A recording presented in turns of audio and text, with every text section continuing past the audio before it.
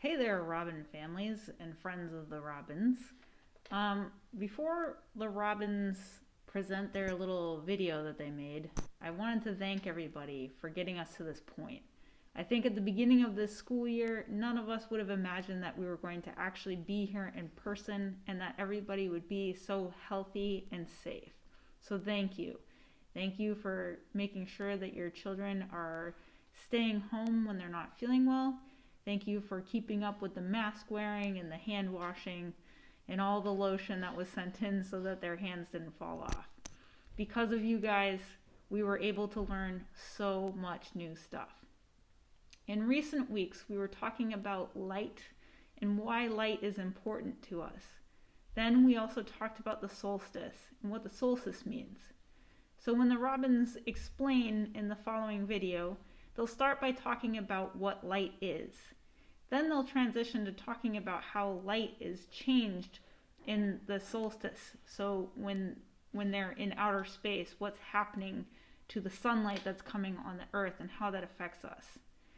And then they'll kind of wrap it up by talking about how ancient people used to perceive the solstice because they didn't have the technology that we have now to explain what was actually going on.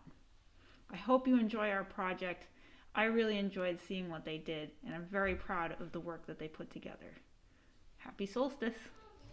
The way you see color is the rainbow light waves get absorbed, except for the color you're seeing. The color you're seeing bounces off and goes into your eyes. We can see light waves with a prism. A prism sucks in the light and breaks it apart. Light is photons, waves, and energy. Waves are basically energy. Things that make light are candle, fire, flame, sun, wood stove, lantern, light bulb, flashlight, lanternfish, lava, lightning, glow stick, lamppost, screen, and spotlight. Boop, boop, boop. Light shines on the plant and gives them energy. The plant processes it as food. Then humans eat the plant. Light helps us see and gives us power.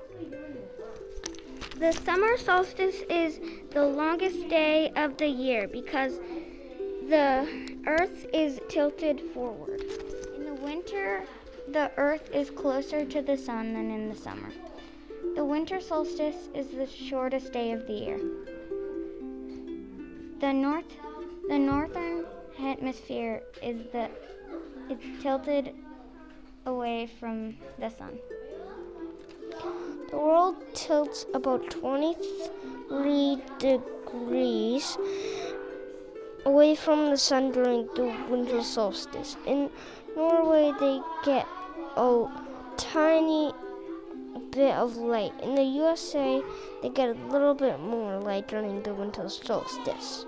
If Madagascar was in the southern hemisphere and North Dakota in the northern hemisphere, North Dakota would have the shortest day because North Dakota was in the north where the earth tilts away from the sun when Antarctica is closer to the sun.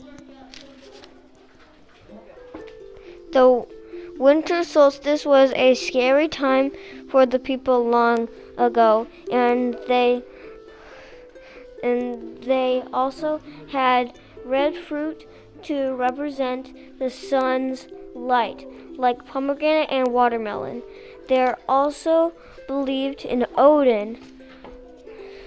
Odin is a lot like Santa because Odin rides a 8-legged horse and Santa has 8 reindeer. The Norwegians on the solstice would lock themselves in their homes and would wait and wait till morning. During the night, they believed Odin on his 8-legged horse would gather the dead and make an army and fight the dark.